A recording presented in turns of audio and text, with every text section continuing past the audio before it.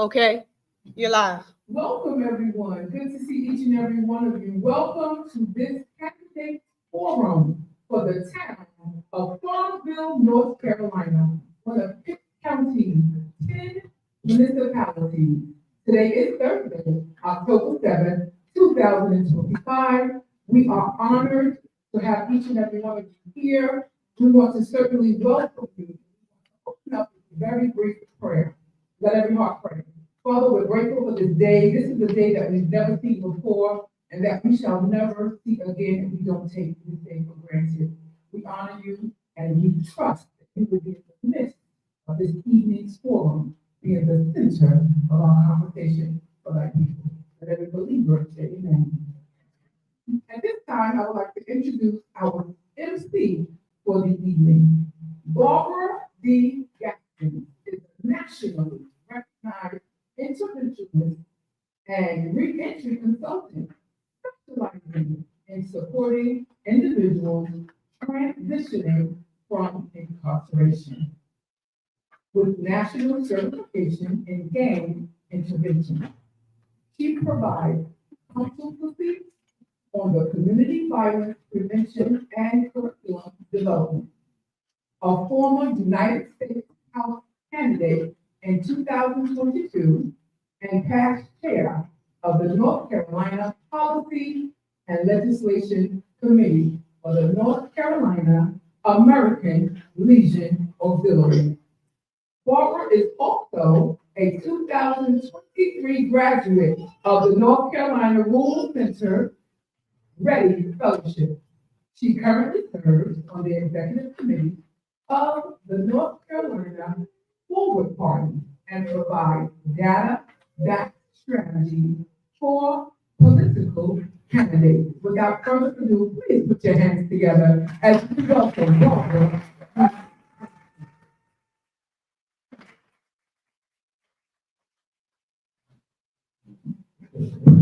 Good evening, Farmville. I don't know about y'all, but so many people in one room for the right reason. I'm Barbara Gaston, and I have the honor of being your MC for tonight's forum. Before we get started, I just want to take a few minutes to talk about that.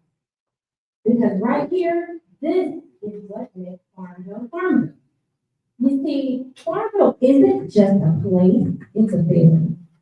It's the way folks wave and pass by.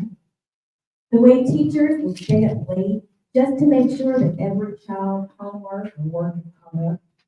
And how our churches and our nonprofits step in when someone's in need. No questions asked. It's where people still know your grandparents' name and you can't go to Food Lion without turning into running into at least 3 people that know you or know your family. That is the heartbeat of this town. Connection, care, and community. Now let's make a fun for one thing. Show of hands. How many of you all were born and raised right here in the little town park? All right. Now, who's moved here and decided that this is their home? See that?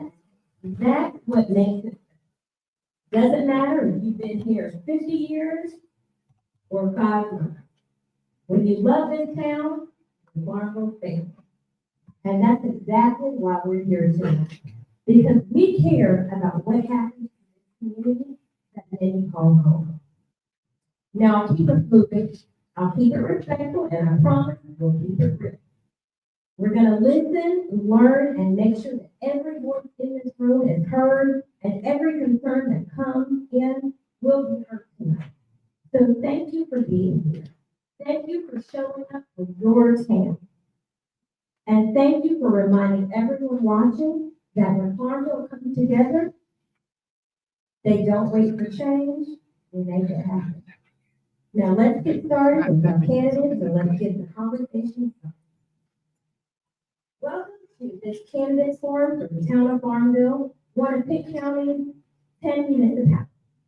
This forum is designed to educate the citizens of Farmville so they can be well informed concerning the candidates who are competing to be their next town representative. Thank you, candidates, for your time to allow us to get to know you better, and God bless your campaign.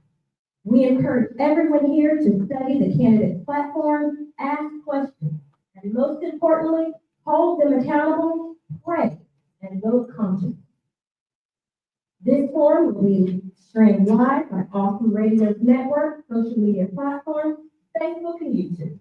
Learn more at Awesome Radio Network.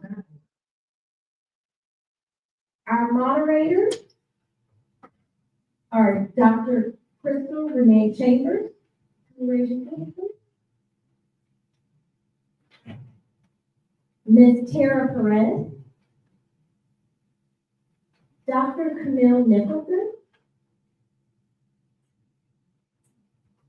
and Christian Carr, our timekeeper.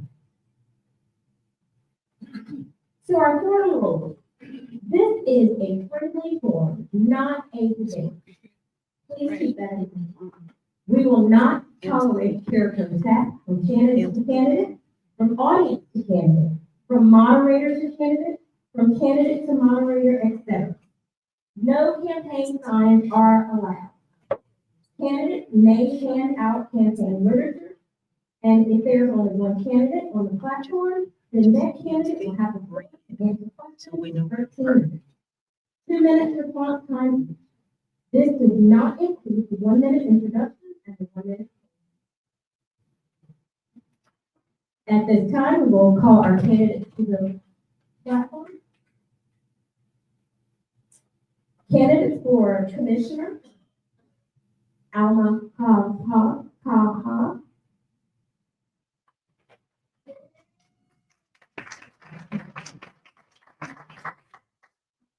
Jeffrey Bill.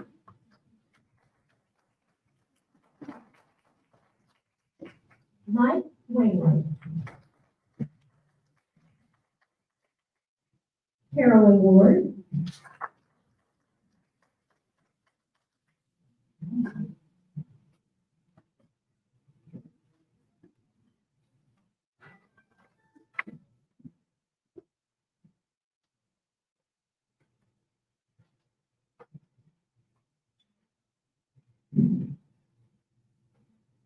The order of the forum questions will be from left to right and then right to left. We encourage questions from the audience.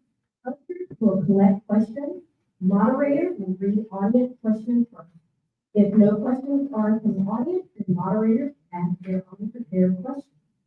There is a 2 minute time response from each candidate, 1 minute time closing remarks, right to left from each candidate.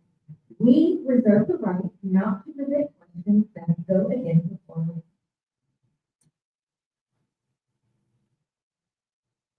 We would like to also acknowledge and thank the town. Is Justin Oak here?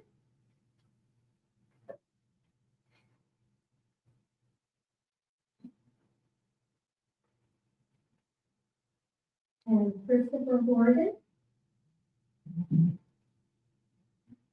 The Farmville Police Department. Candidate to Farmville. The daily reflector. The daily draw.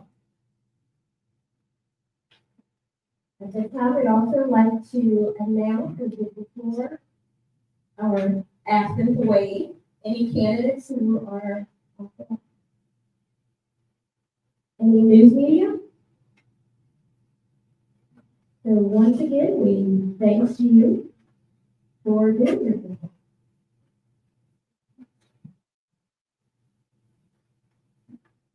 She doesn't know to answer more.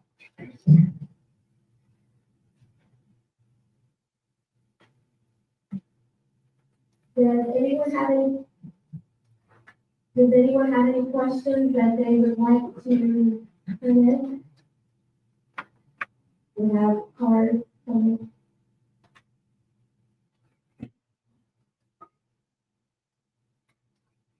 We also have a mayoral candidate. I didn't see any chairs for them yet. So we do have our incumbent, John Moore.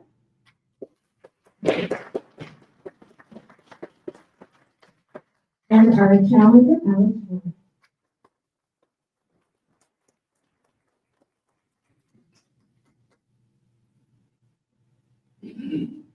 Moderators, are you all ready? Good afternoon. We are ready for you to begin with your 1-minute introduction. We would ask that you would take your mics and put those closer to you so that we can hear you clearly for all questions and answers. We would like to begin with Mr. Jeffrey Fields and we'll proceed along the way. Thank you. I'm a Farmville native, born and raised here. I moved away, came back in 2014. I'm coming back with a lot of great things have been done. But I noticed that there was some things that were not as great, but some things that needed to change. So I decided to get involved, find out what we could make those changes. I didn't look for someone else to do it. I didn't put the ball for someone else to do it. I looked at the man in the mirror. He was doing things in my community. Getting involved would give me an opportunity to gain some better knowledge on operating and what I can do to help things move forward. Thank you. Ms. Ford, if you would move your mic closer to you so that we can hear you clearly. Thank you for the 1-minute introduction.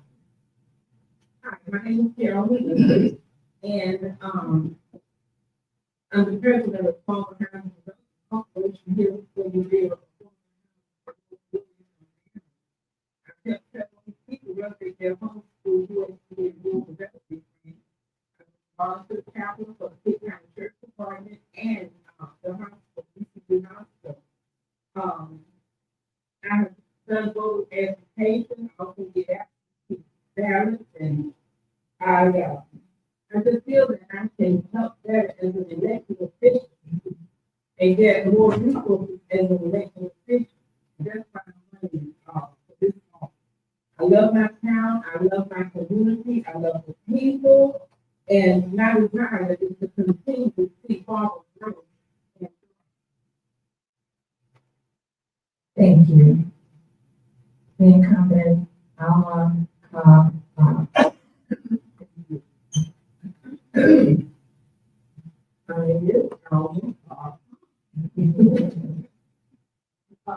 am native of Farmville, and I graduated from high school here.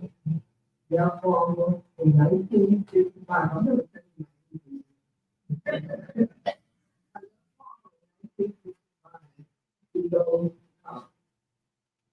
and I want you to know that I learned that all was prepared me for everything I needed to graduate from the organization. I went on to get my first job with here, and I worked as an accounting agent that led to a state position and a national position in Washington, D.C. So for 36 years, I was a public servant. So youth, families, and communities across the state. Thank you. Mr. Mike Wainwright, 1 minute, please. Good evening, my name is Mike. Myself came back to my wife and I had a child. We decided to move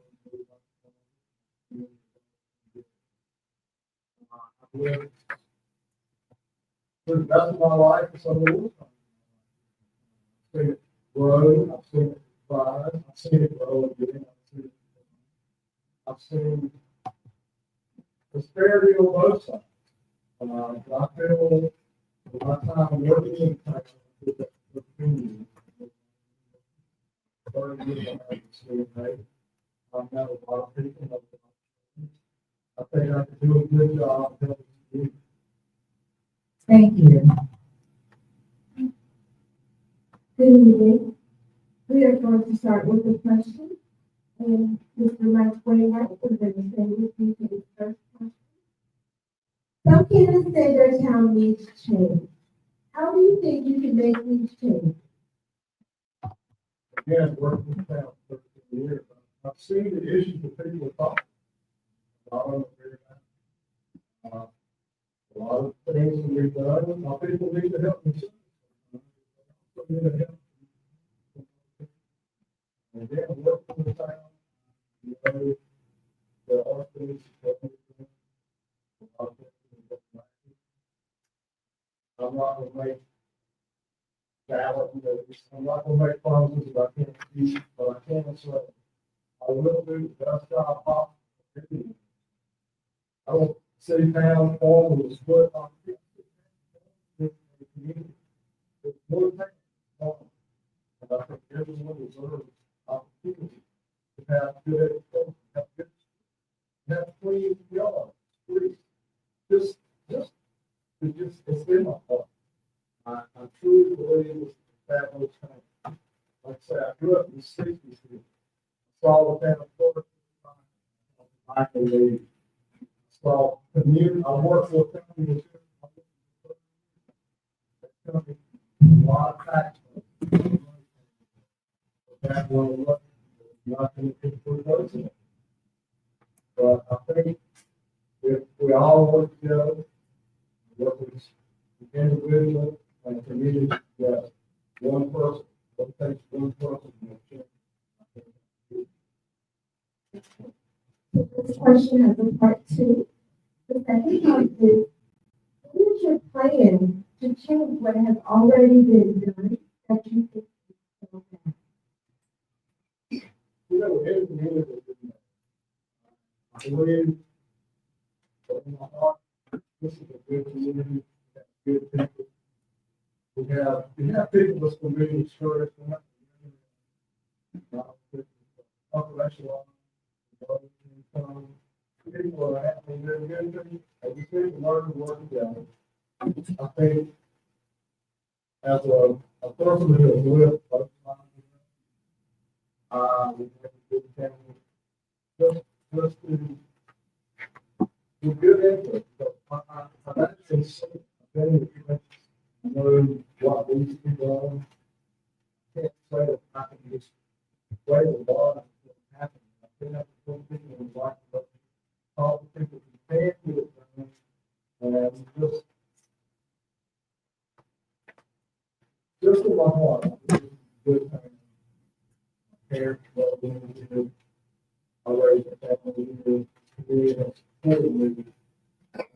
It's good and bad.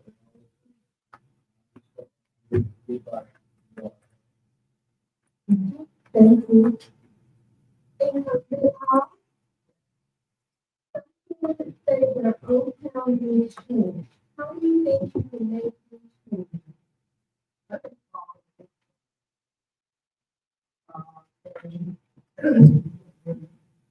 think all of this thing. And I think that each of us can take responsibility and accountability for being a part. I have a formula that I use throughout life that pretty much fits everything. It's called ABC. A is for acknowledge. You first have to acknowledge the truth and what you are, because you can't fix what you don't acknowledge. The second one is to build. You have to build the infrastructure to bring about change. When you identify what is needed to bring about the desired change that you're looking for. And as Donnie always says, you got to do the change you want to do. Once you have worked together as a town in unity, then you can bring about whatever change you want to do. But we first have to acknowledge what it is that we really need to do together. Because we can do more together than we can separate. Thank you. And for this question, what is your plan to change what has already been done that you think is so bad? Well, I see the cup now, and I have, so that's not the word that I use. And I'm gonna use still a quote for my neighbor. When we were going through something one time, and he said, you have to face it, fix it, and forget it. And I think that once we acknowledge what it is that we're trying to do, we bring all the resources to bear to make that better than we found it. Then we can move on to the next one. And Farmville has a lot of potential, a lot of good, but it's not perfect. And I think if we focus only on that which is bad, we're not going to see the possibility of what we do. And I would like to see us work together for the good of farmers, making Farmville the best place to live, play, and work. Thank you, Thomas Thomas. Ms. Carolyn Ward, the same question. Would you like me to repeat it? Some candidates say their town needs change. How do you think we can make those changes? Now, working together with the board and come up with even, a town can only be as strong as its community. And I happen to live in the world. We don't have sidewalks for the children to walk on, to go to get on the bus. It's not safe for them to walk in the street. We need public transportation. We have people that live in the housing authority that are old, they're crippled, they're handicapped, and they don't have a way to get uptown to get their groceries. They don't have a way to get uptown to get to the doctor's office or the job. So we need some form of public transportation in Farmville. Yes, some people do have cars, but you have a lot of people that don't. And if it's hot, it's cold, and they're walking in the rain, we need public transportation in the town of Farmville. We have companies come, but the board denies them access. So that's another thing that I'm concerned about. Part of the community is used for dumping ground. And like I said, I have to live on the side that is used for a dumping ground. And I think that the town can do more when it comes to helping us keep our community clean. And it's not always the residents that's dumping. It's people coming from other areas. So I would love to see the whole town kept clean, the whole town is sidewalks, we need public transportation, and I would like to see that done in my community as well as the Thank you, Ms. Warden, for the second part of that. What is your plan to change what has already been done that you think is so bad? again, by working with the other board members, because you know, the majority, one person can't do it. The majority do it. By working together with the board to come up with solutions, come up with plans, and whatever we can do just to make our town safer and better for every city. Thank you, Ms. Warren. All right, Mr. Jeffrey Field, your question. Some candidates say their town needs change. How do you think you can make these changes? I feel that I can make those changes, first of all, together with the schools and identify what needs to be. There's a lot of good and hope. I keep hearing the word, and I won't see things that are being said. What I see things are things that need to be good. And I'm looking for opportunities for people to come together, and the citizens come together and promote and grow. What can we do to work together to grow this town, to keep this town moving forward, to keep this town moving in the right direction? In my experience, I've seen that when we give people the opportunity to have input on the front end, they'll be more accepting of what's going to happen on the back end. So I believe we can get them involved in the decision making and identifying what problems are, and what can change, then I think that we can get them involved with.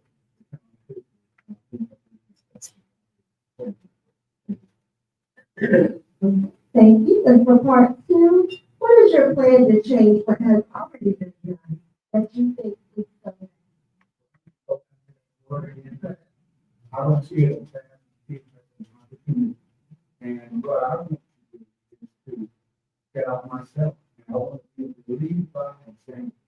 Because I'm a servant by nature, and I intend to get out and serve the service community, serving citizens, and I expect through my service to encourage them to come along and serve. If you love this town and you want to see it change, then you want to be part of the change that you want to see. And I challenge anyone who wants to change this town, change something about this town. I'm willing to roll up my sleeves and work with everyone to do the change that we want to see for our town. Thank you, Mr. Field. This question is where the incumbent,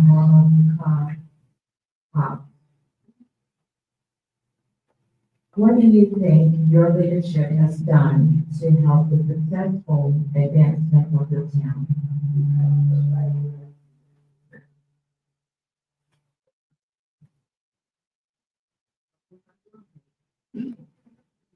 Well, first of all, I want to express to everyone out there, after working 36 years, I was searching where I wanted to stay for my retirement. And I looked around, and I didn't have to come to Farmville, but I came to Farmville because Farmville found me back. And what I mean by that is I kept coming back to visit, and I saw that I could make a difference. And the first thing that I made a difference with was I was asked to reconstitute the HD Alumni Association. And I did that. And that was in 2013 before I became a commissioner. And that group is functioning today and is making a difference in Farmville. I was also asked to work with the down historic HD. And he just completed their strategic plan. And they are moving forward. And with their new historic. I also brought in housing clinic to people. And that clinic made it possible for a lot of people to get their housing. I also, as a commissioner, work with the grant to renovate housing for residents in Farmville in round one, and now we're going to start around two. I was also very successful in working with individual properties in Farmville to bring substandard housing up into. Okay. Oh. He needs you. This question is from Ms. Carolyn Ward from the Finance. How do you plan to finance the transit system and other? Well, They said, can it be closed caption? that is Did not hear it. but also we have to just reach out to other people, just to see how they are working in their community, and you can piggyback. Stay with it. Thank you. So this question is for Mr. Fields. Yes. Several questions were posed regarding fiscal management and ethics. How would you support sound fiscal management and build confidence in local officials? I think one of the best ways to do that is accountability, holding each other accountable, holding the board accountable, and looking at the budget closely following that budget and going through it with a fine tooth comb to make sure that each budget line, every item in there is accounted for. And when there's something that is, if there's something that's questionable, what can we do to fix it immediately and not allow that to linger? When you allow it to linger, it brings attention, or it brings the impression that you're trying to hide something. And when you're serving people, you want to be as transparent as you can be. And through that transparency, then you want to be able to get things out front so that people can see that what you're doing is the right thing to do. What you're doing is the honest thing to do. And you build trust based on that. When they see that you're holding yourself accountable, holding each other accountable, that is a great opportunity to build trust among each other and trust among the people that you're serving. Thank you. I'd like to pose the same question to Mr. Wainwright. Several questions were posed regarding fiscal management and ethics. How would you support sound fiscal management and build confidence in local officials? I also feel you need transparency. Yeah. You need accountability. If you're going to do something, it needs to be brought forth to everyone. I know the budgets are tough. They're tough everywhere. It's a tough time to have a budget, even a home budget nowadays, but you have to spend accordingly. You have to pick your best projects, what you feel that can be best for the community at the time. I know there's going to be people, no matter what you do, someone's not going to be happy. But I feel if you put your best effort forward, you communicate with the community, communicate with the commissioners themselves, have a good open conversation. I know in this day and time, there's Facebook. Everybody has an opinion. Sometimes it's not the opinion people want. There's stuff that comes in from places that try to stir things up. There's not even in the community, but that little nitpick they want to get in. That's something we need to get away from. Again, we need transparency in the community. We need to talk one-on-one. I do a lot of walking in this town for my health. I had to, and I stop and I talk and I ask people what they want and what we can do. And I sincerely, every time I talk to somebody, I talk to them one-on-one, just like they're my best friend. I mean, I talk to the people on the street who have bad issues. I talk to upper echelon. I talk to just anybody. I don't put myself in a box. I try to listen to everyone and get just comments from everybody and use that as a platform. Thank you for that. Ms. Hobbs, what do you consider the biggest challenge for this position going forward right now, and what strengths do you bring to bear on it? Can you repeat the question?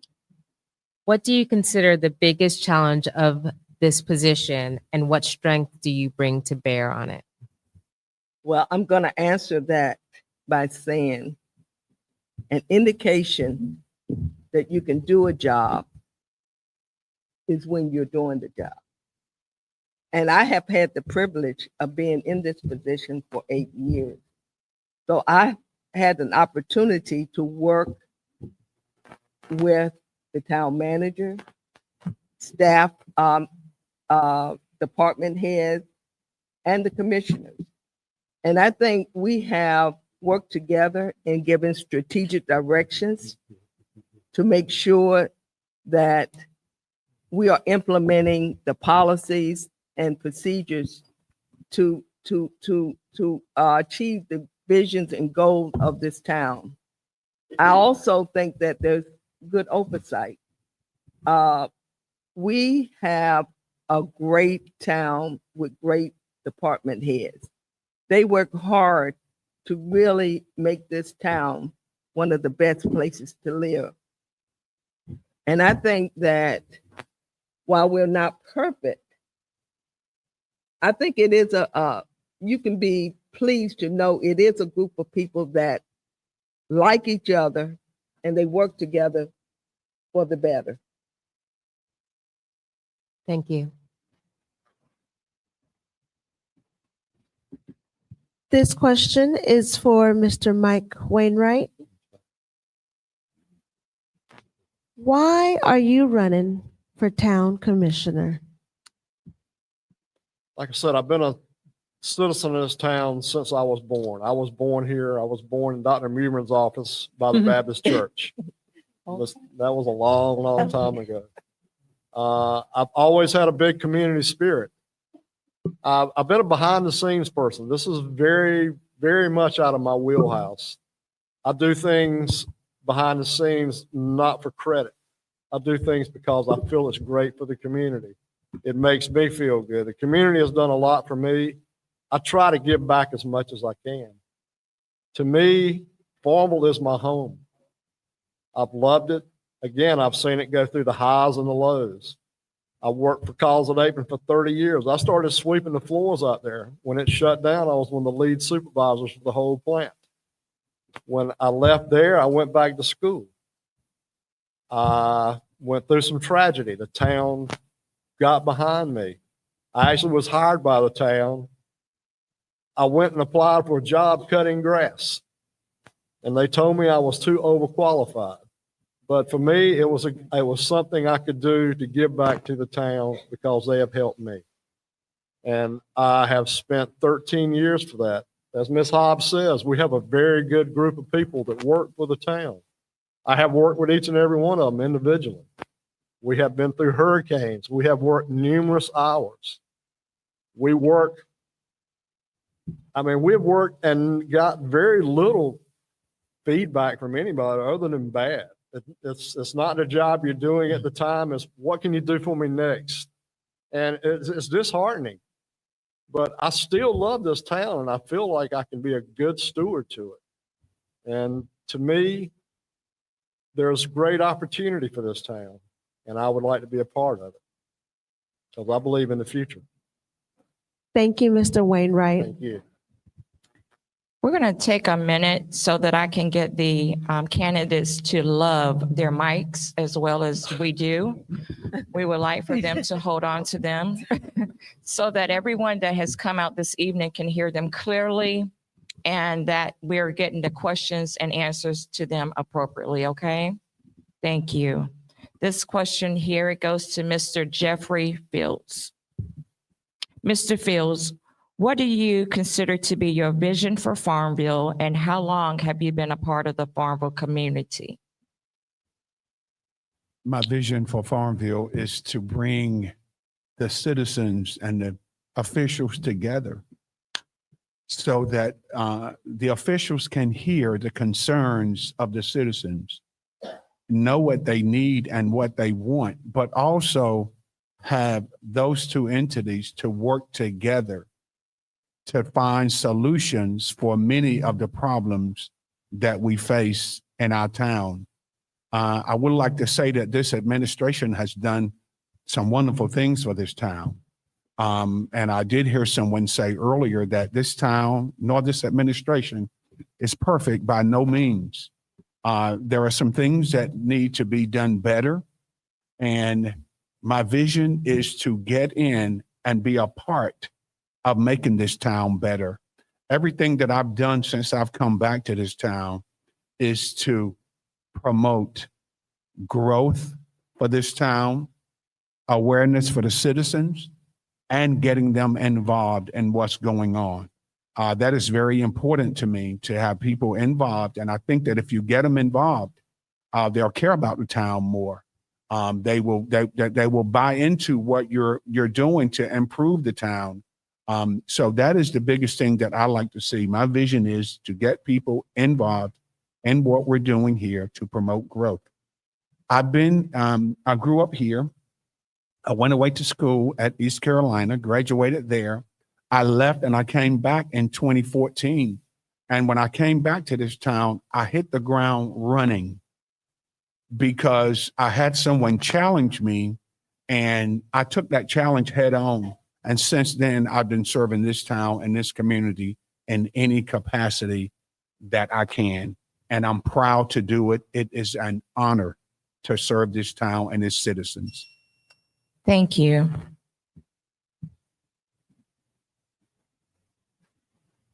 Ms. Ward, why should you be considered by the voters for a seat as town commissioner?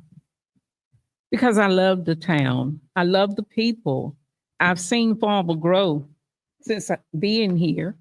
And I would love to see us be able to draw more businesses here and to make this a place for families to want to come and to live.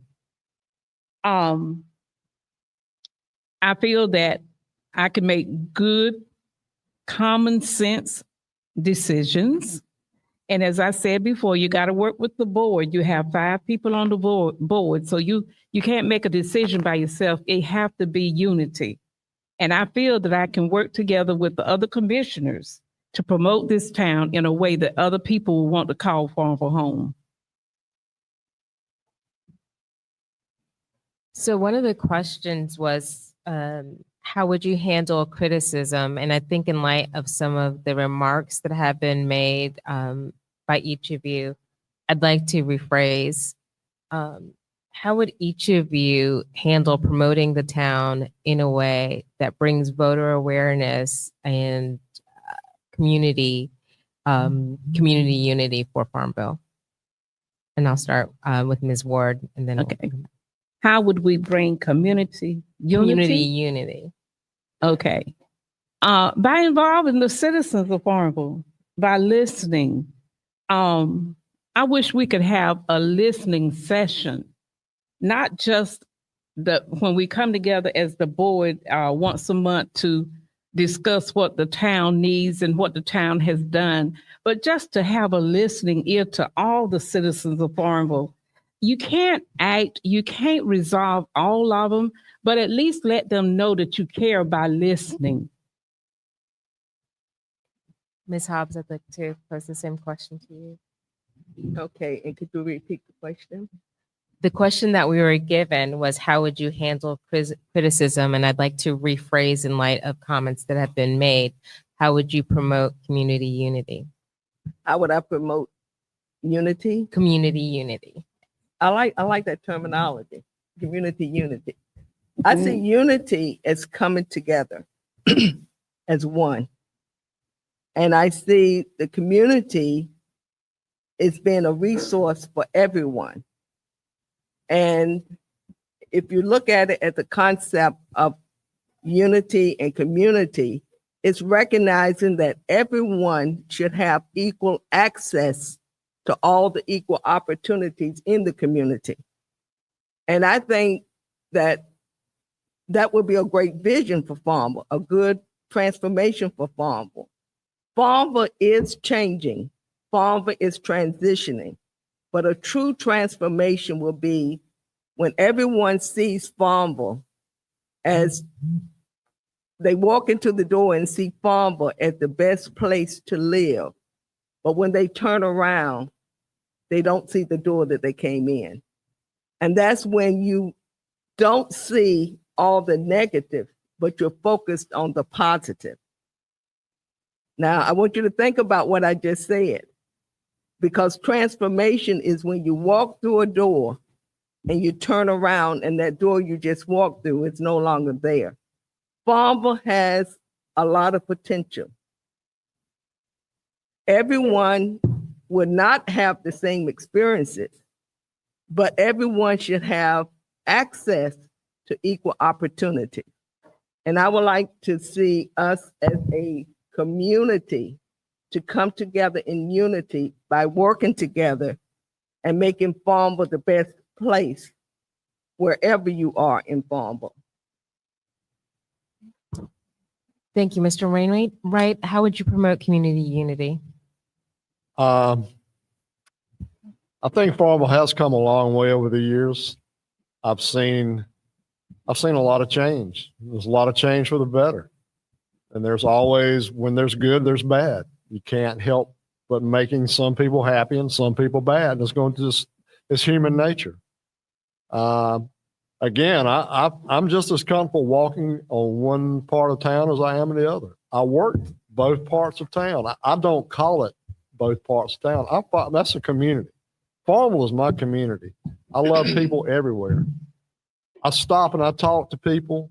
There's there's a lot of commonality between everyone. We all have our thoughts. We all want best for our families. We all want the best for our children. We want education. We have a great opportunity here in Farmville because all of our schools are on one campus. There's not, I don't know anywhere else in this area that happens. I know our schools are not the best, but I know that the school board is actually working to make it better for everyone. Again, people need to talk. I stop and I talk to people all over. I don't just generalize this person or that person. I speak to the person I'm speaking to as a friend. And a lot of that goes a long way. And I think that is a good way to start a conversation in Farmville to make things for the better. Thank you, Mr. Fields. How would you promote community unity? Well, you can't spell the word community without unity. And those two things go hand in hand. I think that there needs to be a level playing field where all citizens feel they have a voice, where all citizens feel they're not overlooked, where all citizens feel they are represented, and most of all, that they have equal access to the same resources. By doing that, I think that you can get people to unite and come together for the greater good of this town and this community. And that's what I would like to see. And I think that would be a huge, huge step in making that happen. Thank you. So this question will start with Mr. Fields again. Okay. What inspired you to run for public office in Farmville, and what experiences have you prepared you for this role? Well, I've asked myself that question many times throughout this campaign. And I've been saying that I didn't choose this to run for this seat. It actually chose me because I'm a servant by nature. And this is a great opportunity for me to serve this town, serve this community, and serve the citizens.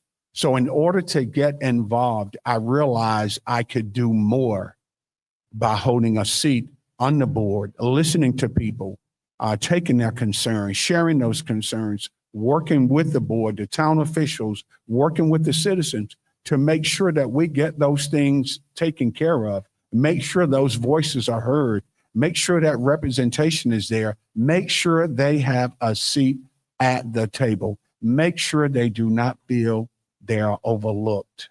For myself, I've thrown myself into this wholeheartedly. I'm very passionate about community. I'm very passionate about serving people, and I'm doing this not for myself, because throughout my career, I've been in management where I was a manager or a supervisor and overseeing people. Through that experience, I knew that I had to listen to people. And that's what I intend to do as a commissioner, is to listen to the people, take their pulse, find out what they want, and let's see what we can do to get those things taken care of. Thank you. Ms. Carolyn Ward, the next question is for you. What do you see as the top 3 priorities for Farmville over the next 4 years? And how do you plan to address them? The top 3 things. Well, we really have to really complete that fire department. They're here for our safety. We got to make sure that they are taken care of because they are volunteers. They're not paid to help us. It's in their heart. So that's my first thing. The next thing is, and like I said, I live in an area where it's flooded. Every time it rains, it's flooded. The children have to walk through that to get to the bus. My thing is to see that we get some of our tax dollars put into our community so that we can be as safe. The third thing is to be included in a lot of decisions that goes on in the town of Farmville. And by that, basically, we need to really attend the meetings. And that's the only way you're going to be included, because you got to be informed first. You got to know what's going on. And my thing is to try to get more citizens, especially on the south side, to attend the meetings so that we'll be informed as to what's available to us, first of all, and how our tax dollars are being spent. Thank you. Incumbent Alma Cobb Hobbs. What is your approach to listening to and representing all voices in the community, including those who may not traditionally be involved in town politics? I learned a technique in the 1970s when I first started working my professional job of how to work with people. And we learned a concept called felt need. Is that when you're working with people, especially people at different levels, you have to start with where they are. And starting with where they are, you can take them to where they need to go. And it's recognizing that everyone starts at a different point. And I hope I have time to tell this story. My first assignment on my first professional job was to go to a neighborhood and help some low-income families on how to make window treatments. I had this elaborate presentation that I was going to make, and I was so proud of it. And I had practiced it. But when I got there, the ladies did not even have windows, panes in their windows. They had covered them up with cardboard. And here I was with this nice little presentation, all kinds of window treatments. And I had to make a switch right in the moment. And so they said, "What are you going to talk about?" I said, "We're going to talk about today how to repair windows." I did not know how to repair windows, but I knew I couldn't pull out that little nice window treatment presentation because it would have been insulting. But I did talk about how they Thank could you. Thank You won't you. let me do it. Yes. I got to learn to talk fast. Mr. Mike Wainwright, final question. How do you plan to support small businesses and promote economic growth while maintaining Farmville's small town character? Well, Farmville's always had a very good small town character. I remember back when East Carolina Hospital was first being built. People wanted Farmville to be the hub of East Carolina. They wanted to be a small town, and they kept it a small town. We have a chance now to change that. And I believe the more we do to bring people in, gives more opportunity for small business. New people bring new thoughts, new changes. And I think one way to do that is just to be the best town we can and grow opportunities for everyone. I believe that everybody needs a chance to live the best life they can, the best way they can. And if in any way that can be helped, I know the town board can't do a lot of stuff all the time. There's just not money there for it, but you have a budget. You have to budget that the best you can to help everyone in any way you can. Some things have priorities. There's some things that go lacking. I see that on both sides of town, and I know there's a discrepancy. I worked that for 13 years. I see it. I know it in my heart. And hopefully, working together, we can get that changed. Thank you. Candidates, now we will roll into your final 1-minute summations. We will begin now with Mr. Mike Wainwright. You have 1 minute in closing. Well, I'd like to thank you all for having us here tonight. It's heavy on my heart. I love this town. I'd love to see change, but change can't be made overnight. But I think with the right people in place, change can be made. I feel I'm a good choice for that. I have the best interests of Farmville in my heart. I didn't start out in life wanting to be a politician, and I'm not a politician. I'm a human being that lives in the town of Farmville, and I love everyone. That's kind of hokey, it sounds like, but it's the truth. I had an event in my life that changed me forever, and it has put a whole new aspect on my life. And I try to use my knowledge and my respect of people to help others, and that is that's just the way I am. Thank you. Now we shall hear from the incumbent, Ms. Alma Cobb Hobbs. 1 minute. 1 minute.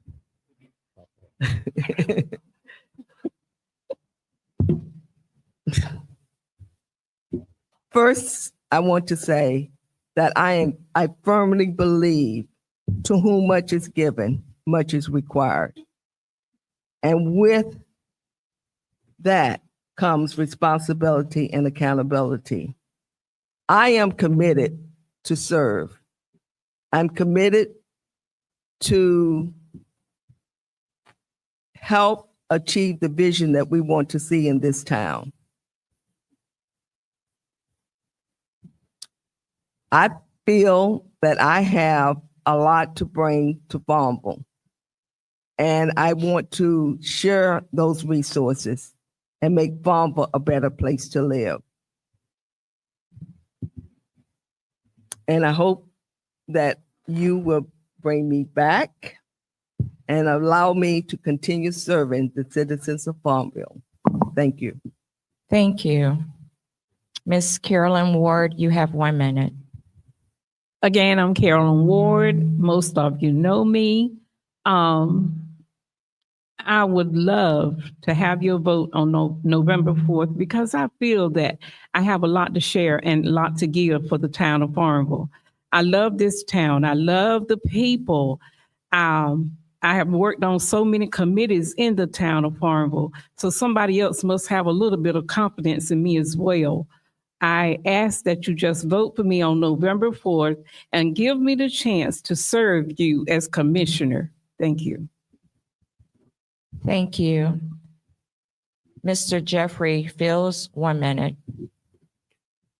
Yes, I would love to have your vote on November 4th, because you will be casting a vote for honesty and integrity.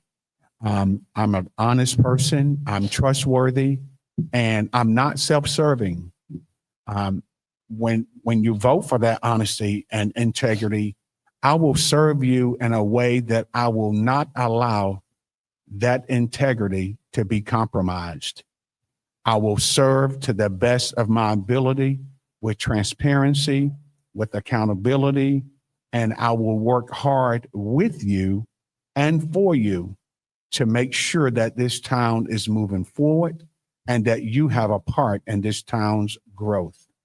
I have the best interests of this town and the citizens, and I will do my very best to make sure that decisions are made in that best interest, because at the end of the day, God is holding me accountable for serving you. Thank you. Thank Excuse you. me, can I say one thing has nothing to do with this tonight? I'm sorry. Just 1 second. No, sir. Oh, okay. Yeah. Let's give everybody a round of applause.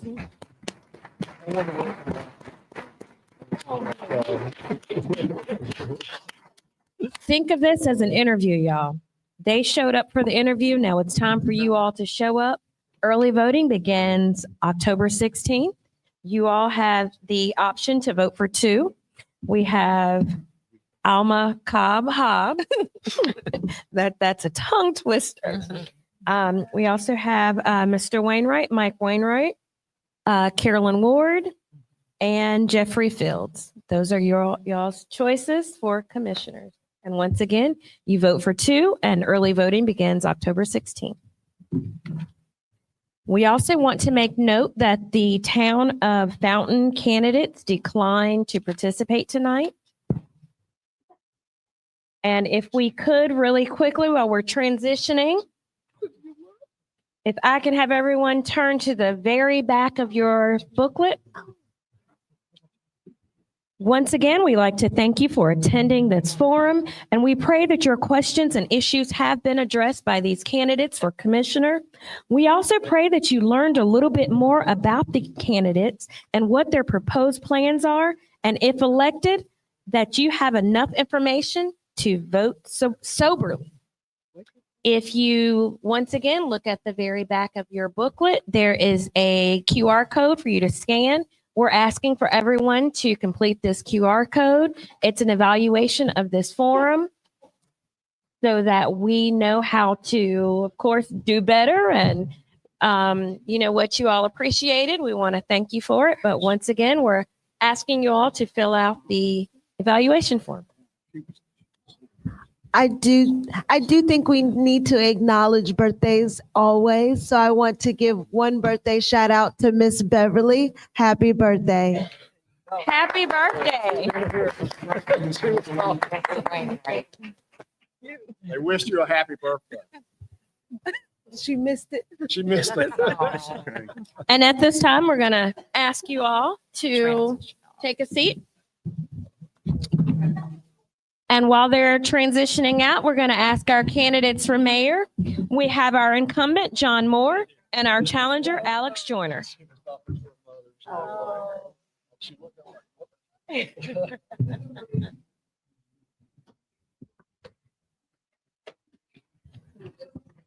the mayoral, yeah. So guys, we're probably gonna do all of these. Okay, the mayoral. Right.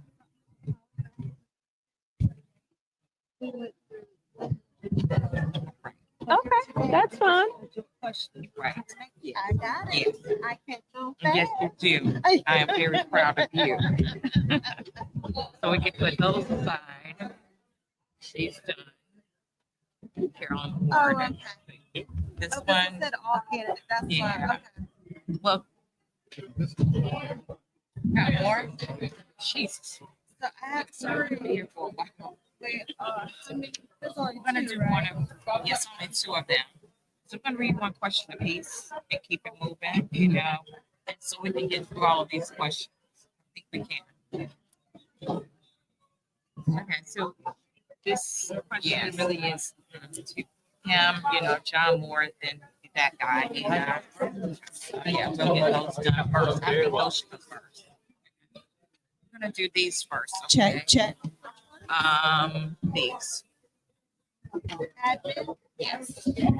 This one here that we have together. And then the third page, it should be this one here for you. We did. Professionals. Yeah. The dancer's after you. Oh, I will. Okay, I don't have that. Let's see, it's on the back of another page. If not, I can just read it. I can take care of that one. All righty then. Okay.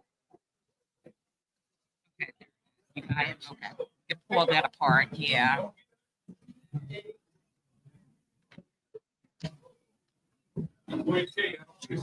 Okay, so we want that mic close to you.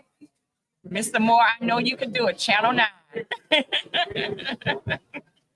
He's done it for many years. Thank you, ma'am.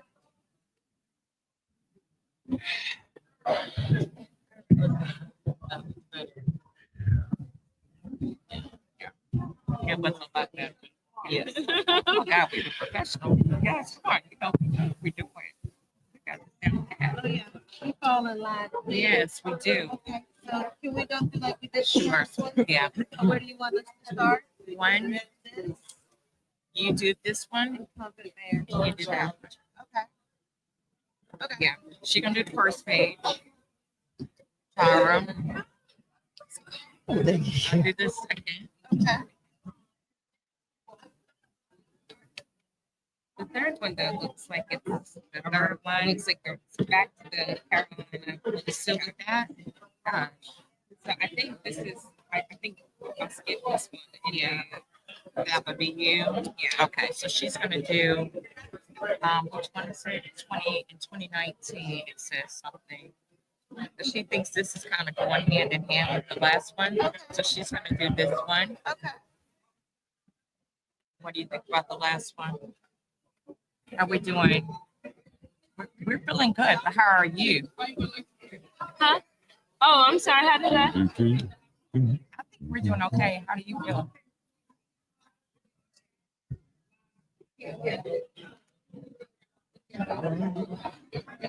Okay.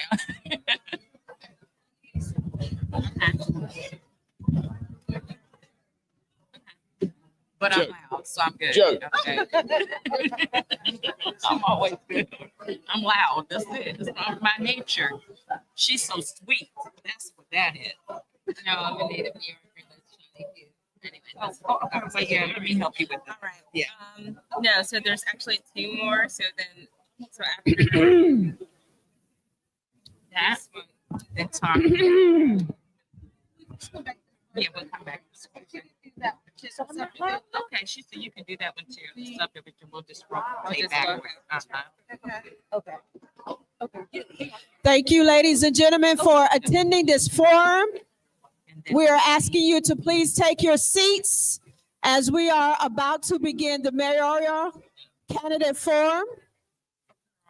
Thank you, thank you, thank you. Thank you.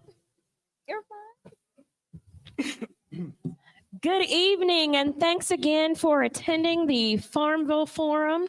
Our candidates for mayor have taken their seat. Once again, let's introduce our incumbent, John Moore. Thank you very much.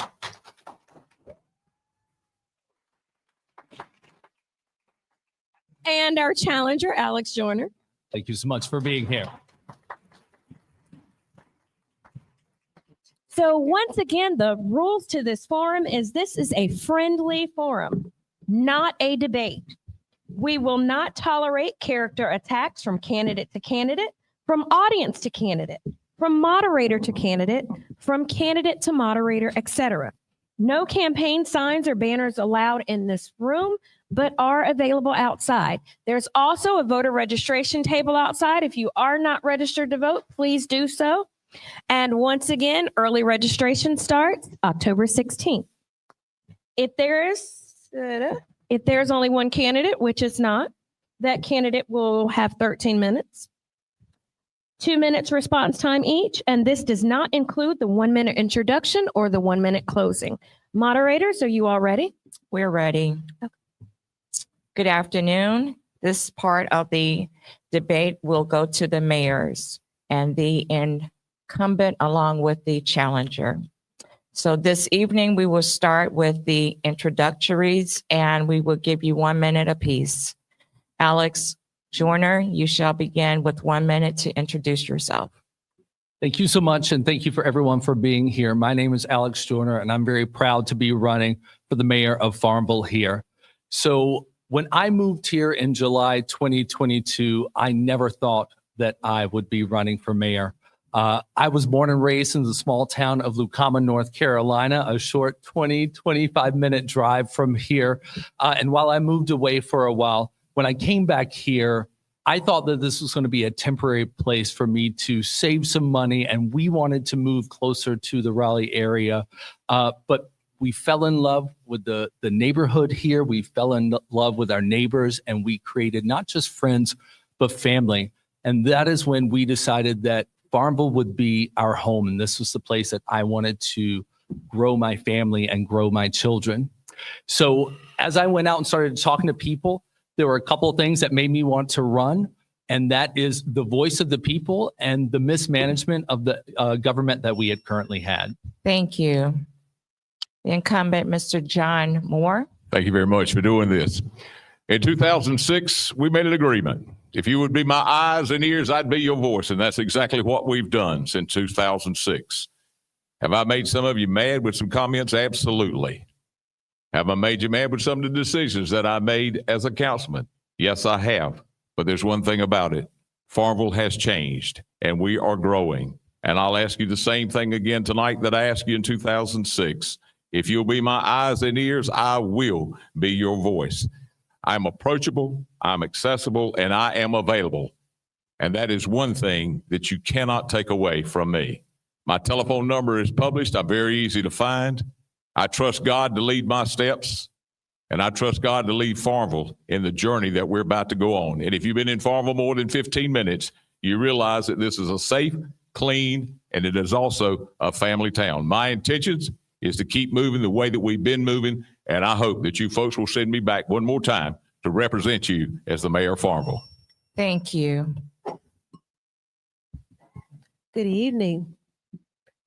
So the next few questions will be guided and directed to each of you in respect to your position right now as incumbent and running for the office of mayor. So the first question, the town of Farmville previously maintained an unassigned fund balance, commonly known as a rainy day fund, for emergencies and unforeseen expenses. This reserve has declined significantly from 46.26% in fiscal year 2019 to 2020 to 23.75% in 2020 through 2021 and just 12% in 2021 and 2022. It no longer appears in the budget under the same designation. So, to the incumbent Mayor Moore, which current budget line item reflects this reserve? And I'll wait for the second part. Which line item represents the reserve? Young lady, you'd have to have a PhD in economics to answer that question for the town of Farmville. But I can tell you this, Mr. J. Parrish, our accountant, has given us what we call a clean audit every year. Every year we've had a clean audit. Our fund balance has gone from 8% to well over 20% in the past few years. To designate a rainy day fund, I cannot answer that question because what I deal with is a balanced budget and line items that meet the needs of each department and the town of Farmville to make for sure that we stay within what the league tells us we need to have to keep us straight, the local government commission, that we are within balance of where we need to be. And that has to be in, just so you know, by the first day of July. I will ask that you answer the next one to the best of your ability. What is the present unassigned fund balance percentage? Well over 24%. Okay. And what factors contributed to its decline during your administration? Well, it's like anything else. You have bills you got to pay. And we've had opportunities to pay off some bills. We've also been stuck with things like a sludge dryer. We've also invested millions of dollars in infrastructure. And then when the state government comes down and tells us that they want like a 4% increase in what we already had, we were at a percentage that we were supposed to be, and then they changed that. And when they changed it, we were 1.5 from being at the 24, 25%, whatever it is. Thank you. And for Alex Joyner, what is your plan to restore this critical reserve and ensure Farmville is financially prepared for future emergencies? So I think first and foremost, we have to stop the bleeding. We have to put down this shovel and stop digging this hole of debt. We have to learn how to construct a ladder and get out of this hole of debt. And there's a lot of work that needs to be done to make that happen. First and foremost, we have to understand why have these choices been made, that all of these capital expenditures have happened at a very similar time. 2019, we voted to exchange the property for the fire station. A month later, we voted for a $5 million approval for the library. That does not seem like very smart financial decisions for our town that has to take out loan after loan to fill this. So I think that one, we need to be able to, again, put down that shovel and then learn how are we going to get out of this, and then also start to build that plan. What does that 15, 20-year plan look like when how we have our capital expenditures and other needs of the town? The fire department right now, we already know this is not a resource that is capable of managing what we need. So what about our fire department? What about our roads? What about our sidewalks and our sewer and other things like that that need attention? What is the plan from the town of Farmville right now for that long-term strategic plan, and how do we find it? Where is it published there? So if it is not there, that is my goal, is that we start to build that plan so that we know where our finances are going over the next 15, 20 years. Thank you, Mr. Joyner. This question will start with you, Mr. Joyner. The Carolina Poultry Power Facility opened in Farmville in September 2021, burning over 250 tons of turkey waste daily to generate energy. The project was expedited by the town manager at the time, bypassing the standard approval process typically required for industrial developments. What safeguards would you implement to ensure all future businesses adhere to Farmville's established approved procedures? I think the first and foremost situation is, what authority does the town manager have to fast track these sorts of business deals that are happening? And are we doing our research to be able to understand what is that impact here on our town? So based off of 250 tons of burnt, is this Turkey waste. turkey waste? So turkey manure we're talking about. That is, I think, is around 91,250 tons of burnt turkey waste every single year. So from North Carolina State University, they have put out a publicity on this.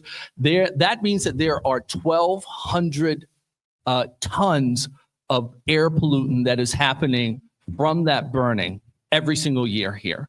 So that's arsenic, that is mercury, that is lead, that's carbon monoxide, and other pollutants that are happening and troubling our town. So it affects the wastewater, it affects the soil that is out there, and it affects our health.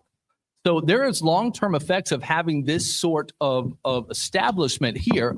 And so my ask would be, what is the town doing? Because this is not a regulated facility that we have here by the federal government. This is a state and local facility or it's regulated by state and local. So I know that as of December 2024, the operational information was published about this, but there is no information from the EPA about what is being produced from this that is air pollutant here, and where can the town find this information online so that we can make sure that we are safe as a community? Thank you. To the incumbent mayor, what authority allowed the town manager to fast track this facility, and why was the usual approval process not followed? I'm not sure that the town manager fast-tracked that, because I know we had a lot of public hearings on it. We had the research in. We had the people that were involved in it. There was a fine-tuning process. I mean, there was a smell, and we had to deal with that, and the operators over that, they finally worked that out. They got through that. We knew that going in, that was going to be a situation. But the fact is that the plant itself meets the standards. Thank you. Mayor Moore, in 2019, the Farmville Board of Commissioners approved a property exchange, the existing fire station on Main Street, for land at the corner of May Boulevard and West Horn Avenue, designated for the new station. The town manager appraised the fire station at $325,000 and the land at $250,000, leaving a $75,000 difference owed to the town. Instead of collecting that payment, the town accepted a 2-year rent-free period as compensation, effectively waiving the $75,000. This deal has since been criticized as poorly managed, with estimates suggesting a taxpayer loss between $108,000 and $268,000. The 2023 Farmville audit by the state of North Carolina raised concerns about the transactions and its documentation. Mayor Moore, given the audit findings and public concern, how will you restore trust and prevent future property deals that risk taxpayer funds? State of North Carolina, in this audit report, which I have here, it says in the future that we should seek additional professional opinions needed whenever similar land transfers are taking place. $75,000 was the cash that we got on that deal. And at the time, the real estate people that were involved in that, and we have some of the finest real estate people around, when they looked at this, it was a good deal. It's still a good deal. I don't think there was any oversight there. The land that was there was picked by the state of North Carolina. The footprint was put there, and all the procedures were followed by that. And Mr. Phil Lewis has been incredible to work with during this time for this fire station. Misappropriation, is that the word I heard? What was the word you said? It was said poorly managed. Poorly managed. Yeah. Okay. Not according to the town property entered into an exchange agreement related to the fire station. And in the future, the town should seek additional professional opinions as needed whenever similar land transfers are contemplated. And we had real estate agents, we had developers, and that's all we got on the audit, is that in the future, ask some more folks. But they didn't tell us how many to ask, and they did not suggest who to ask. So my question, well, not my question, but my point is, it was a good deal. If you wanted a new fire station, which is going to have to be mandated that we have a new fire station, one we had was exploding. So there's the answer on the audit for that. Thank you. Mr. Joyner, what steps will you take to rebuild public confidence in government decision-making, particularly regarding major financial and property transactions? So first I want to touch on the business deal that happened there. And money aside, and whatever amount that was lost by taxpayer money there, I think the more important thing that is here to be understood that the current mayor voted on himself is to exchange the current fire station that we had for a piece of land. And by doing that, we no longer own that fire station on Main Street. So what that puts me, you, and everyone else here at risk of is that the moment that the owner of that fire station says, you know what, you got to get out, we have no fire station.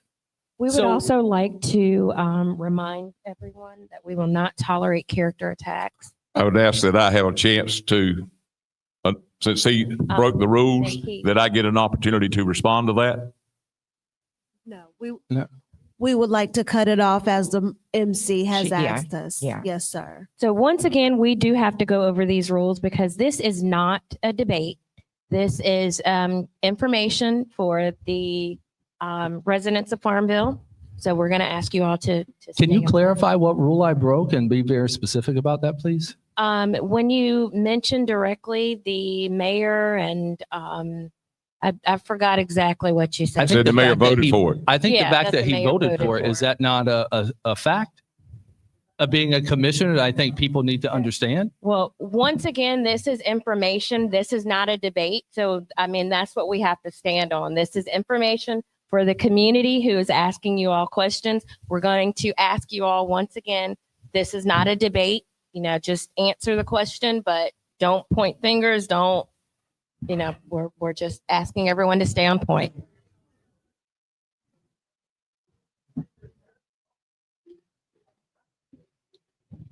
Once Thank you. again, this is not a debate. This is a community forum, and I, you know, I'll have to say, if there is an issue, then you know, there's the door as well. So, thank you, thank you.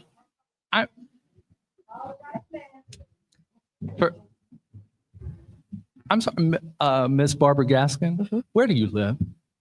I think it is because this is the town of Farmville, and you're hearing the people of from the town of Farmville speak, and I think that you need to represent that. And you're not from here, and that's okay if you want to moderate it. But please, if we are saying things that are not facts, please call us out.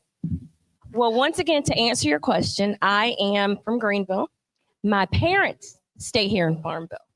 That actually has nothing to do with anything. Once again, for my third time, this is a candidate forum. This is not a debate. There are certain ways, if you want to set up a debate, then I suggest, you find a way to do so. But once again, we're going to ask you and everyone else to stay on point, answer the questions that are reflected or asked of you. And once again, we're no character attacks. That's what I ask. And, Where we disagree is that I don't think that calling out I'm that not- a vote is a character attack. I'm not disagreeing or anything with you. And this is not a you and I conversation. This is a forum. So If I may, I would like to repose the question. The question as stated is, what steps will you take to rebuild public confidence in government decision-making, particularly regarding major financial and property transactions? Absolutely. So I think first and foremost, we need transparency into what is happening. The financial decisions that are the large business decisions that are happening here. We need a oversight committee that is based off of citizens just like you. You need a seat at the table so that you can see what is happening here, so that you can make sure that every decision that we are making is based off of the same facts that you have seen and that we have seen. And if there's an opportunity for questions and interaction here, we can gather that from you and be able to have a collaborative sort of approach here. I don't think that there is anything wrong with allowing most of the work of what we do here as elected officials be seen from behind the curtain. We should be confident in what we are doing. There is nothing we are doing that we should be able to hide from. So this is where I think, one, transparency, and then honestly, some honesty and some integrity coming into here. And I think that by having this group sort of approach, and again, I am not a subject matter expert here. I am not a political person. I just know that I want to fight for Farmville. And that means involving every single person that is here and lifting every single voice that is here. So together, we will be able to decide and make sure that people are confident in the decisions that our government is making and that they want to be involved because they know you have a seat at this table. I'm done. Thank you. So the premise for this question is, the subdivision participation rate established in 1998 is a financial incentive paid by the town of Farmville to developers to encourage residential growth by offsetting infrastructure costs. Historically, this has included a percentage of development costs on a per lot payment upon issuance of a certificate of occupancy. Construction in the Dalton Cove subdivision began in 2022, with homes listed and sold by early 2023. In June 2023, the Board of Commissioners voted to increase the participation rate for Dalton Cove from $1,000 to $5,000 per lot. Mr. Joyner, do you believe the subdivision participation rate remains a necessary tool for Farmville?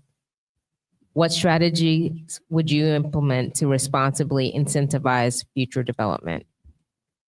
So the subdivision participation rate was created in 1998 because the town of Farmville needed to bring more developers in here to be able to create more houses, more homes, more subdivisions. It is long overdue and outdated here.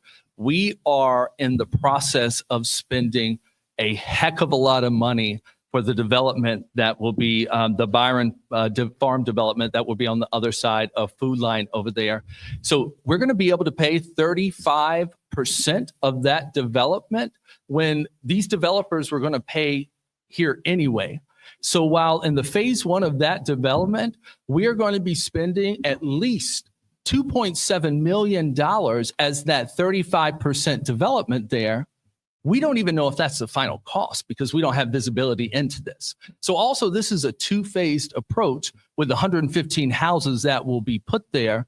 So the second phase of houses aren't even scheduled to start construction until 2029. So between 2022, and this is approved by the commissioners, until now in 2025, the cost of the development of this house has already risen 35%. That is a heck of a lot of money that we are putting in here to bring developers that were already coming here. And when we look at the Dalton's Cove development, that was started construction in the late 2022. We had house selling in 2023 and on the market. And yet in June of 2023, we decided to raise that rate from $1,000 a lot to $5,000 a lot. Why did we do that? We already had construction. We already had development. Why would we spend 5 times the amount of taxpayer money to get developers there that were already on our doorstep? Thank you. To the incumbent, Mayor Moore. You don't have to read it again. Thank you. Well, it's a slightly different one. It's Oh, slightly okay. phrased.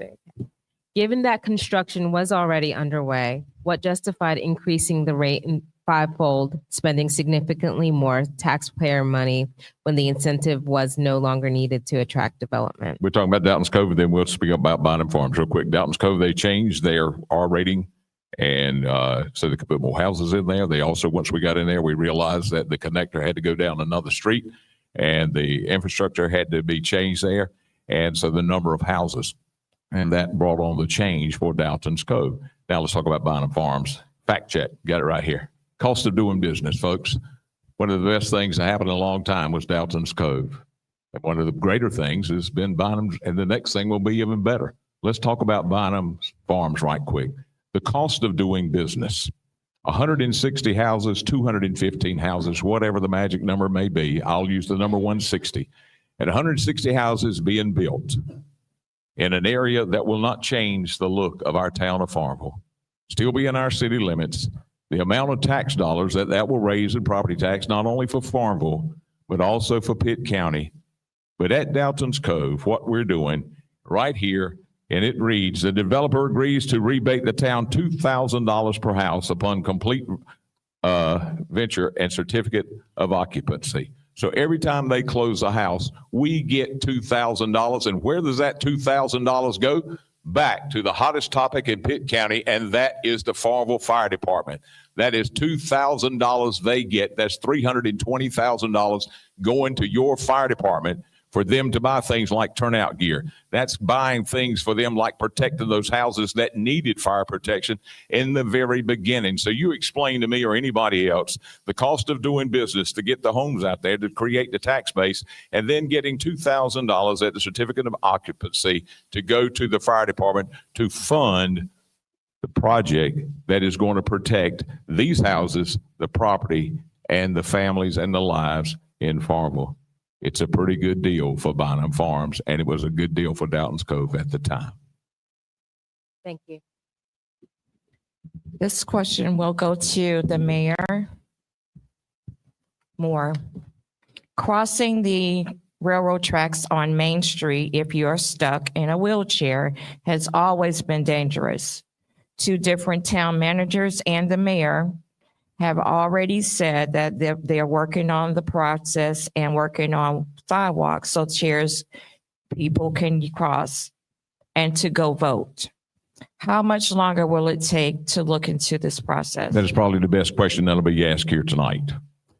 The past couple of weeks, we have had the folks from our new consulting firm in town. You've probably seen him. He's been wearing a reflector jacket. He's got a ruler and several things. He's out there measuring and helping us to get where we are ADA, where we need to be. Absolutely. He was in front of Bennett Park just the other day. This is a consultant that we've got, and we are excited about what he's bringing to town. Now, to answer your question, what are we going to do? We're going to wait for the report to come in. It's from Precision Infrastructure Management, one of the top companies in the state, from what I understand. And they have been here on the ground. We are expecting a report on any day to find out what we can do and where we can do. Now, granted, let's be fair. If anybody understands handicap, you're looking at him right now. And a person in here can challenge that. And yes, we have dropped the ball in a lot of places, not only because of funding, but because of access and trying to get it done. Have we done a good job with ADA? We could have done a lot better. but we did what we could with what we had where we were. We did 3 ramps in 1 week because the funds were available. We did that, and we are moving forward now. The company that we've hired, they know how to get the grants, and we will move forward. When can you expect that to happen?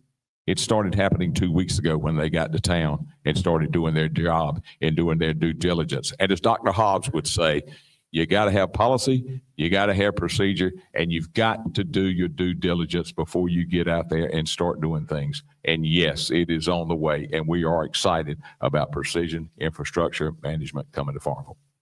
Thank you. Mr. Alex Joyner, would you care to respond?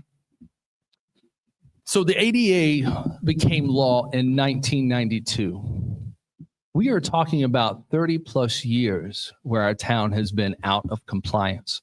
And that is not just for the handicapped, that is for elderly, that is for people with strollers and children and things like that. That is a lot of time that we have ignored the law that was here. So 2025, I would say, is a little too late. And I don't know about you, but since July 18th, when this race and candidates had to sign up for this office, I've seen a heck of a lot of work happen here in the town of Farmville across both places here. Streets, sidewalks, the street cleaner is working again, street sweeper. Oh my gosh. There are so many things that have happened here in the past couple of months that have not happened in years, and especially since I've been here and from people that I have talked to possibly for decades. So what you're seeing here is what we call an election year. So how many times over the past couple of years have you seen something happen in an election year? And I'm going to quickly go through some of the things that have happened in the past 6 years here. So in June 19th, 2019, commissioners voted to exchange the fire station property.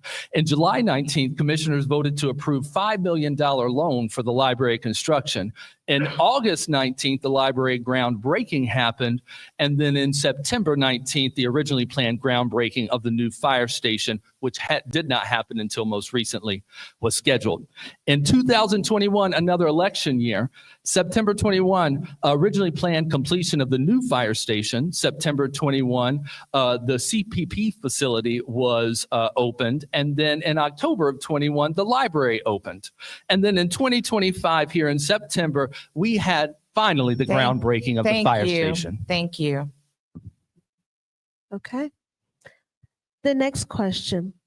The Bynum Farms development, located beyond Highway 264 near Food Lion, will consist of 115 homes built in 2 phases. The town of Farmville has committed to funding 35% of the development cost through the subdivision participation rate. Since 2022, construction costs have risen by 35%. Placing phase 1's estimated cost at over $2.5 million. With phase 2 expected to include more homes and begin in 4 years or more, further cost increases are likely. Current projections suggest the town may not break even until the year 2036 and 2037 fiscal year, excluding future inflation. To the incumbent mayor, given that developers were already building in Farmville, why commit limited funds to incentivize development that would have occurred regardless? And why incur long-term debt when revenue could have been generated immediately upon occupancy? Would you like me to repeat any of that? No, I think I got this. It's very simple. It's called the cost of doing business. This town had a property tax over 20 years ago increase, and we have not had another. And if you're looking at what's in front of you right now for the growth of Farmville, you're going to miss the big picture. It's the cost of doing business. We talk about property tax. We just had a revaluation. Do you think Farmville's not going to be here in 2036 or 2037? You think not? Do you think about those people that are going to move in those homes and how they're going to fill up our schools? Half the kids in our school right now come from a different zip code out of the 2000. Do you think that they won't be spending money? Do you think that they won't have jobs in the industries that are coming to Farmville thanks to the fire station? You talk about those 160 houses at Bynum Farms. We're very fortunate to have those.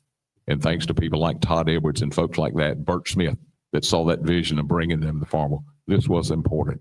Yeah, it's easy to criticize something now because it's not, you don't plant a tree and expect it to produce fruit tomorrow. The Bible will tell you that. You don't do that. You have got to look at the future of Farmville. I heard that several times tonight. Are you managing what's in front of you, or do you have a vision? Do you have a vision? And that's what Farmville is all about. Are you aware that we have 200 houses? We mentioned 160. There are over 200 houses. This morning at the town hall, there was another meeting concerning 40 more houses coming to Farmville. You know why that is? It's because they see the future of Farmville. They see the 4 schools on one campus. They see Pitt Community College, and they also see the industry and what's coming to Greenville and what's coming around us. So if you just judge it on what's happening today, where will you be in 2037? You will be here going, why didn't they build houses back when? And you talk about the cost of doing this. You know, the cost is the cost of doing business. It costs to turn these lights on tonight, the cost of doing business. Thank you, Incumbent Moore.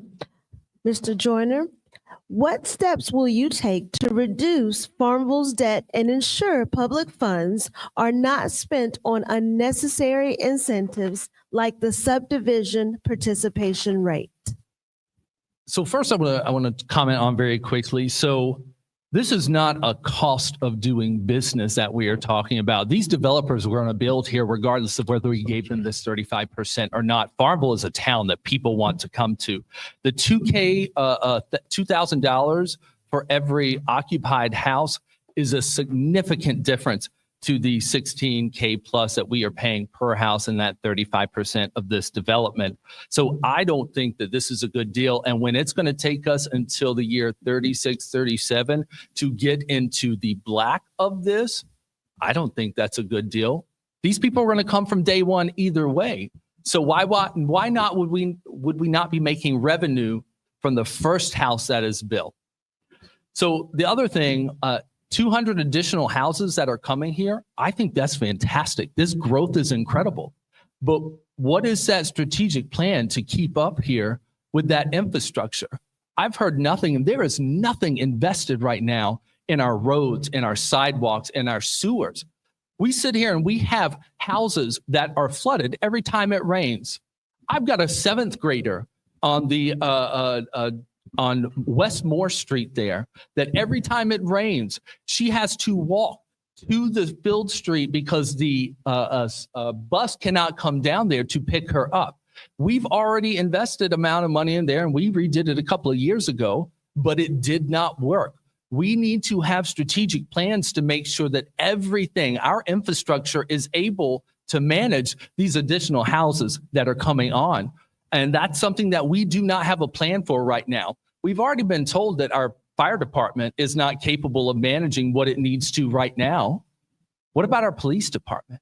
What are the other things that we are missing because we are not thinking to the future? We are thinking what benefits us today. Thank you, Mr. Joyner. This question will be for Mr. Moore. What role does the mayor play in determining the budget? The budget system starts with the department heads and their wish list. Starts with that. It goes to the town manager, it goes to the finance director, and they sit and they bring us a budget. The budget is brought to the board. The board gets the budget, we get to read the budget, we can get outside opinion of what we need. The mayor gets one just like the town board does. Once that is done, we go to a budget workshop. The department heads come in and we go through that budget line item by line item if necessary, because sometimes you may already understand in a particular department, they may need a new truck, but the budget is gone over with a fine tooth comb. At that point, once that is done, it is taken to the board in the workshop. We go through it again, and then we bring it to the board in a public hearing, and then it is voted on. The mayor's job in a budget, it's the same thing a mayor's job is every day. A mayor's job is to gather the information. The mayor's job is to present the information, and the mayor's job is to preside over the discussion. Present and preside, that's what the mayor does. And that budget is gone over by the board, by the town manager, by the finance manager, and we also have the help of our accountant who gives us direction on that as we need it. But that's how that budget is. And I assure you that the state of North Carolina requires us to have a budget. And I assure you, if we had overspent something or spent something wrong, you would have heard about it before now, tonight. Second thing I'd like to say on that, if I got 17 seconds, I'm going to go quick. Caravans were brought to Farmville to explain to them that we were alive and well. We showed them our school. We brought 20-some realtor companies to Farmville to show them what we had because they did not know we existed. To even think for 1 second that somebody was going to wake up one morning and come to Farmville and start building houses, not going to happen. Thank you.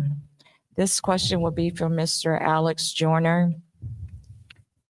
Mr. Joyner, you have mentioned creating more diversity in Farmville. Please elaborate. So right now I'm to create more diversity. Farmville is a heck of a diverse town, and I don't care where you go here. There are people not only of all ages, all colors, all walks of life, people from New York City. We have performers, we have artists. This is a place that we attract people. We are right here beside ECU Health, an incredible hospital that is in Greenville, and we attract those residents that are here. This is a thriving town when it comes to the opportunity to bring people here. So diversity is here. What we need to make sure that we're doing is that the people inside our town hall represent that diversity. And that diversity includes color, it includes age, and everything in between. And until that diversity and those voices and concerns are lifted from both North and South Farmville, because I'm sorry, Farmville is it is one of the most stereotypical towns where there is North Farmville, there is South Farmville, and it is divided by a set of tracks. And North Farmville is the generally white side of town, and South Farmville is the generally black side of town. And that division stays here today. And what we need to be more focused on is creating one Farmville. One where there's those theoretical tracks are erased. One where people from South Farmville feel like they can come up to North Farmville and partake in the businesses and the activities that we have. And also one where people from North Farmville go to South Farmville to participate in the activities and things that are happening here. We need to work on bridging that divide more than anything. Farmville's diverse. Don't question that. We just need to make sure that our government represents that diversity, and especially when it talks about the new generation. Thank you. The second part of the question comes also to you, Mr. Alex. Also, you have expressed supporting the LGBTQ community youth. Are you planning to take measures to do this in Farmville, and how? So taking measure, you said to support the LGBT youth. So look, we need to be taking measures to support marginalized communities across this board. I don't care whether it is race or sexual orientation or gender. We need to be supporting these communities across the board. So absolutely, I'm going to be supporting everyone that's here, including the LGBT community. We're going to be lifting them and giving them the resources that they need. It's coming down here, and this is where we have to meet the people where they are. So this, saying that we have support for certain marginalized communities here and posting it on signs that are taped up in the businesses of the North Main Street businesses is not getting that information to the communities that it needs to. So this is where we need to make more of an active effort to take all of the support, all of these resources, and meet the people where they are. And that is, I feel, in the south part of Farmville. But absolutely, regardless of where you live or anything in between, we are here to support everyone. My role as mayor is to identify the needs of our community across every place in Farmville, every resident. And I am here, whether you want to vote for me or not, I am here to support you and represent and lift your needs. And I guarantee you that once I'm in office, I will do that for every single person that is here.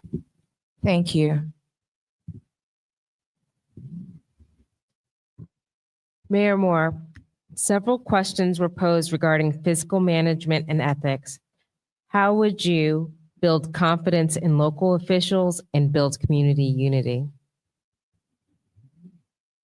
You know, a great friend of mine named John Spruill coined the phrase when he held the Bible for me when I got sworn in as a commissioner. And he says, finally, Farmville is one Farmville. I take offense to Southside. I take offense to that. We've adopted the Marlboro District, and the Marlboro District is beginning to flourish. Diversity is a nice word for change. You don't have to be in Farmville very long to look at the change. We have changed, and we've changed with the times. When we develop in Farmville, we take a lot of attention. It's been a lot of attention thanks to a developer by the name of Walt Creighton. Walt Creighton has brought us Tractor Supply after all those years of that shopping center being empty. He brought us that. Should bring us 50 jobs. We moved the ABC store, and not to use the term we got them a liquor store. Don't do that to me. We moved the ABC store. The average increase of a ABC store is about 7%. And since we moved it out there, Farmville is about 17% because it draws people from other counties. The Roses in the Marlboro District is one of the biggest producers in that chain. My great friend, Apostle Aaron McNair, look what his restaurant's doing out there. You talk about diversity, you talk about change. How much more change can we do than what we're doing and doing it by the numbers and using the land use plan to do it? And don't hurt my feelings and don't criticize and put down my friends. Don't do that to me by saying South Side. I had enough of that a long time ago. Marlboro District is what it is. You talk about infrastructure. We got enough infrastructure for 5,000 more people. Not my words, called a town hall. They'll tell you that. Mr. Joyner, same question. Several questions were posed regarding fiscal management and ethics. How would you build confidence in local officials and support community unity? So fiscal management and ethics, you said, is one piece. And I think that is where we need additional training for every single elected official that is here, I think on a yearly basis, because ethics change and we always need to be reminded of that. When talking about the south side of Farmville, I hear a lot of talk about things that have happened. I want you to drive over there. You don't have to take far. Drive 30 seconds, a minute over there. You're going to see that there is a significant disparity between how the north side of Farmville is managed, the attention that it is given by the town here, and then when you drive over here, it is like driving into a completely different town. There are roads that have potholes as big as 2 or 3 basketballs. There are sidewalks, if you have a sidewalk. There are sidewalks that are unmanageable for people to be able to access here. And we are talking about a community that is at most in need of being able to walk to get to where they need to be. So if you can visibly see it, let's talk about a liquor store. Let's talk about other people's, and the people who live on the south side. I would certainly not put anyone's name in my mouth, and especially not Apostle Aaron McNair to support that. I think that you need to get out there, ask these people directly for yourself and understand, do they feel like this town is meeting their needs? Do not take my word. Get out there and ask, because I will tell you, we've been walking the pavement, we've been knocking doors, and we have been asking. And the overwhelming statement is the town of Farmville and the town hall does not care about us. Thank you. At this time now, we will have each candidate prepare for their 1-minute wrap up.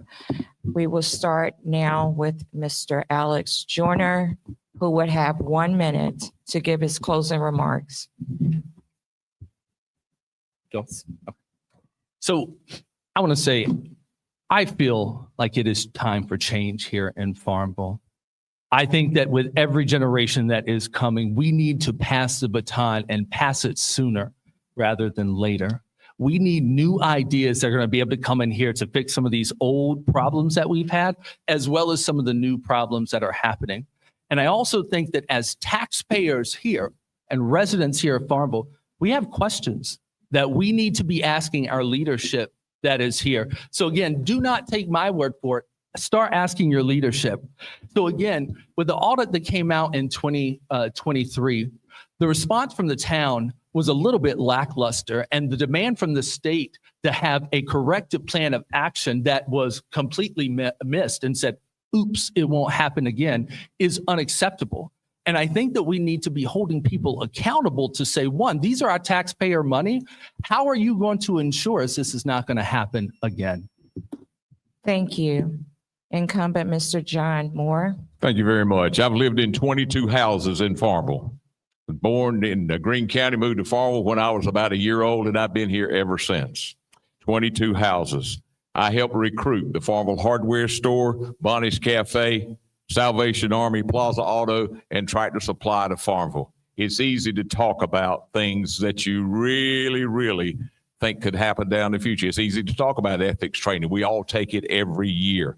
We do that every single year. I'm in the town hall at least 4 days a week. I've served on the Pitt County Board for Planning. I've served on the Pitt County Aging Board. I have served on the Human Relations Committee. Also, I've served on the Rec Board, the Boys and Girls Club, the Recreation Board, and I've been a 3-term commissioner for you and 3-time mayor. Experience matter, you matter. The questions here tonight, they were important, but every one of those questions could have been answered and have been answered in a public hearing or in a town board meeting. That's transparency. Thank you. All right, Farmville. Tonight wasn't just about hearing from our candidates. It was about hearing from you. These candidates showed up to an interview for your vote. Remember, early voting begins October 16th. Tonight was about remembering the power that Farmville doesn't come from town hall, the power of Farmville that doesn't come from town hall. It comes from here, from you. Now, before we wrap up, I do want to take a moment to say that I'm not just your MC tonight. I'm home. You see, I'm here in Farmville at least 3 to 5 times a week. My roots are right here on West Cotton Street. My dad retired from the town of Farmville after years of service. My mother is the associate pastor at St. John's Free Will Baptist Church right here in Farmville. As a child, I walked the streets, went to Farmville Middle School. Miss Hicks was my favorite teacher. If y'all see her, tell her I still love her. And that was long before I even thought about holding a microphone. So when I say this community means something, it means something. I've seen what a town can do when it comes together. I've seen the heart, the hustle, and the hope that makes Farmville, Farmville. So I say thank you for attending this forum. And we pray that your questions and issues have all been addressed. We also pray that you've learned a little bit more about your candidates and what their proposed plans are, if elected, and that you have enough information to vote soberly. Once again, at the back of your pamphlet, we're asking you to scan that QR code and to leave an evaluation of tonight's forum. Are there any other closing remarks? Hearing none, once again. Okay, hearing none, once again, I want to thank everyone for attending and hope you enjoyed tonight.